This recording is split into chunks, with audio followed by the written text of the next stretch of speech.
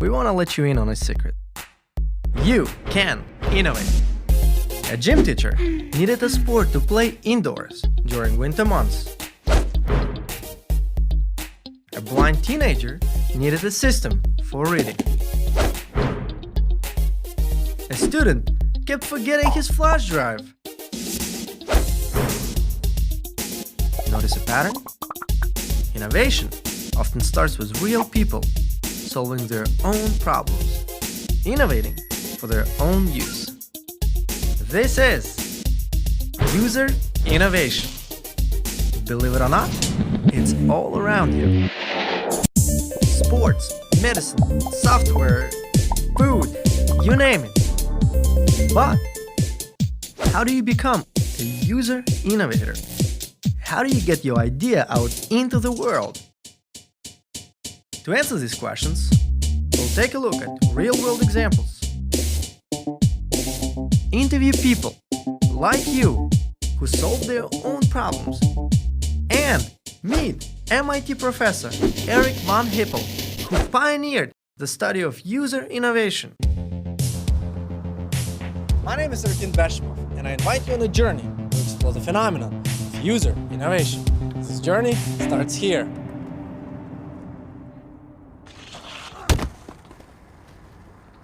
I'm fine. Yeah.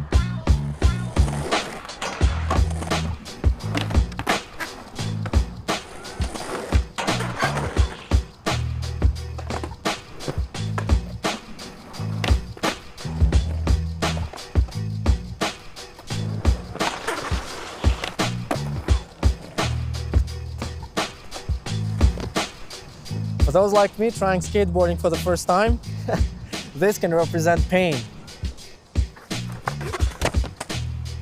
But forget the pain and you realize that this is a meeting point. A meeting point of our human desire to try new things, have fun, and share it with others. This is a great metaphor for innovation.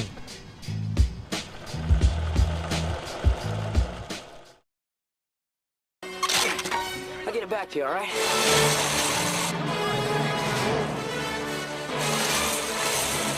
Wow, look at him go! We don't know who invented the first skateboard, but skateboarding as we know it today evolved from surfers in Southern California in the 1950s. They built simple skateboards, basically just 2x4 planks with wheels, and skated when waves were flat to get the sensation of surfing. As surfing grew in popularity, so did skateboarding. Manufacturers picked up on this. In the early 60s, they started mass-producing boards and holding competitions. But there was a problem. The clay wheels wore down quickly and were so stiff, every time you hit a pebble, you went flying into the air. People got hurt. Parents got up in arms. Skateboarding started being banned and almost died. Enter Frank Nasworthy, a teenage surfer and skater from Washington, D.C. One day, Frank was at a friend's house. The friend's dad made urethane wheels for roller skates. Frank thought, hey, this might work on my skateboard. And Frank gave them a try.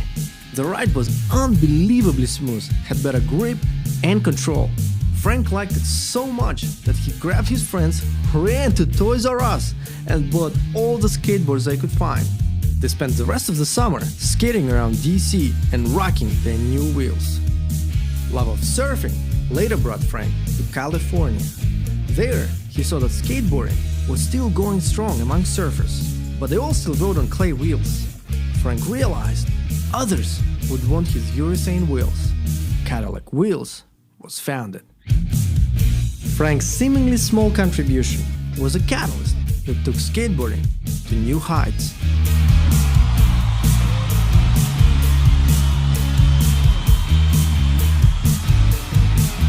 And skateboarding never looked back. Today, it's a multi-billion-dollar industry with 11 million active skateboarders worldwide. Not bad. Let's continue our journey. I want you to meet MIT professor Eric von Hippel.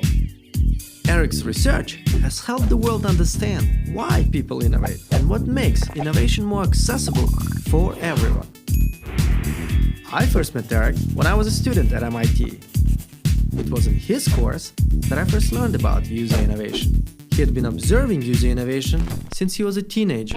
Eric's father was also an MIT professor, so Eric would spend a lot of time at the institute. As a young inventor, he liked picking his head into labs and asking questions. He discovered that engineers designed and built their own tools to solve novel problems. Manufacturers didn't even know that these problems existed, so the engineers had to create the tools themselves. That memory stuck with Eric, and he later dedicated his career to understanding and teaching user innovation. Eric! Hardeen, nice to see you again. Yeah, pleasure. How was the class?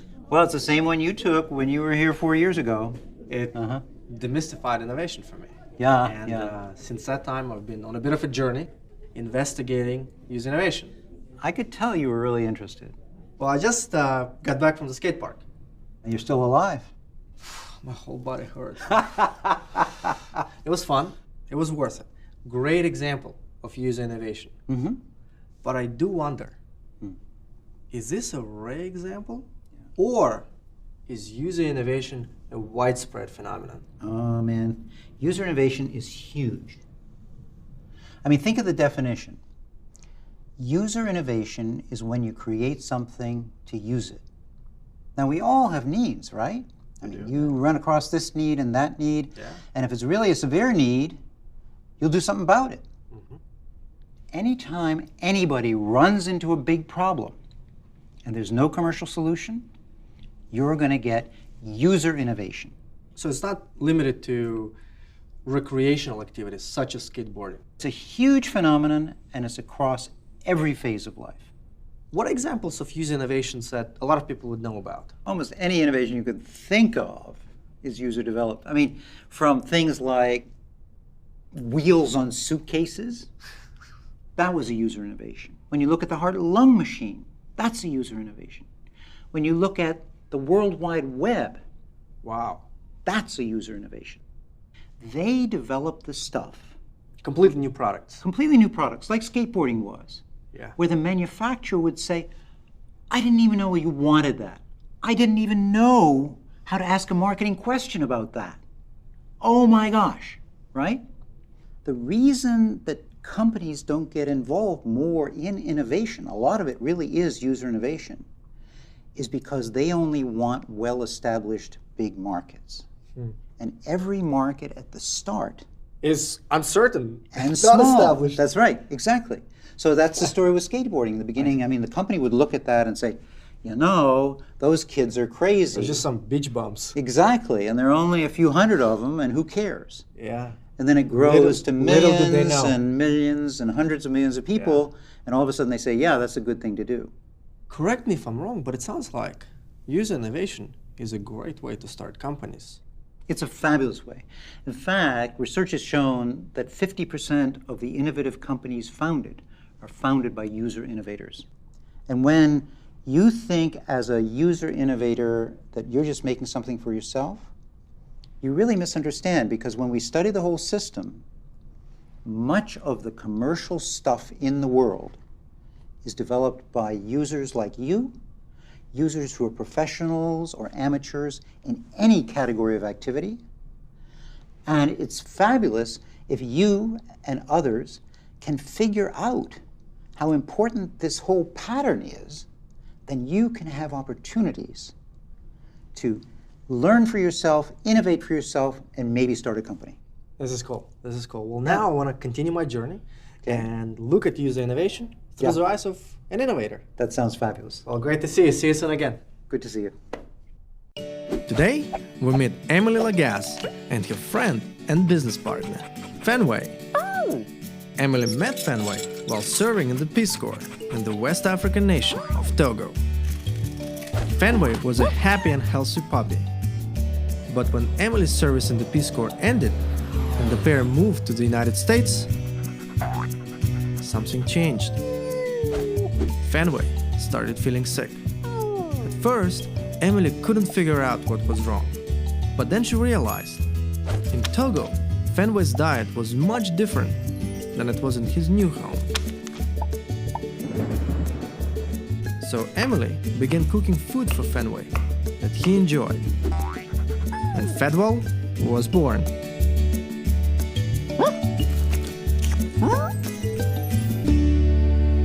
Hey Fenway, how are you, buddy? Fellow immigrant, how are you doing in this new country of yours? Why don't we? Ask Emily. What is Fedwell? Fedwell is a pet food based on home-cooked recipes made with real meat, fruits, and vegetables. All right. How did it all come about? Well, when Fenway and I came back to America, he got really sick here. He wouldn't eat for days at a time. He became really lethargic. He wasn't interested in a lot of the things that he normally would like doing. And I just became really concerned. He just wasn't himself. What was wrong?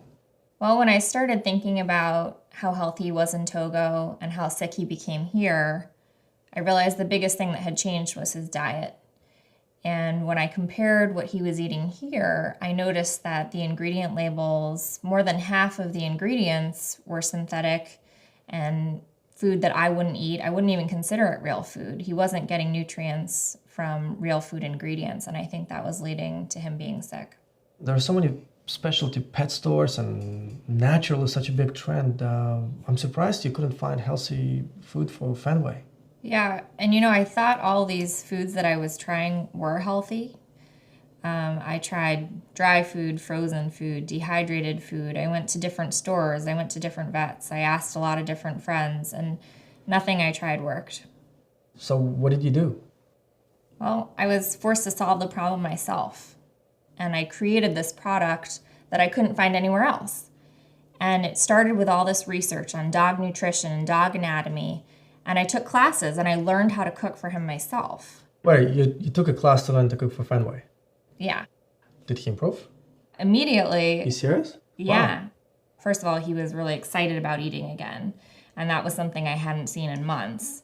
And when I started feeding him this diet of real nutrients, of real food, meat, fruits, and vegetables, he got his energy back and just became more of himself. He became that puppy that I had when I was living in West Africa.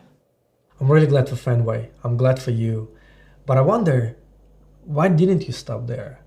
Fenway got better. Problem solved. Why start a company? Well, in one sense, it was a solution because he was healthy, but I was still spending a ton of time every weekend shopping and cooking and freezing portions for him. And that was really inconvenient for me. And so I realized that I needed to merge the healthy attributes of a home-cooked meal with the convenience of a dry food. Interesting. And what next? In that time, I also spoke to a lot of neighbors and friends and family and realized that I wasn't the only one who wasn't happy with what they were feeding. And when I started talking to pet stores, I realized that they had a lot of customers who were also looking for better products. And that's when I realized that there was just a really big opportunity to bring a home-cooked recipe to the market. And in order to bring that to them, I really had to partner with a manufacturer and form my own company to do it on a larger scale. So essentially, let me understand, you discovered the importance of truly natural, healthy food. And at the same time, the importance of convenience, that matters too. And you put it all together, that's a Fedwell innovation. Exactly. Emily, what gives you the confidence that Fedwell will be successful? Well, I think who better to start a company than someone who lived through those challenges firsthand and really understands what the problems are. I was able to work through a solution, and I really am my own customer. I'm inspired, and I wish you good luck. Thank you. So, what did we learn here today? User innovation is huge.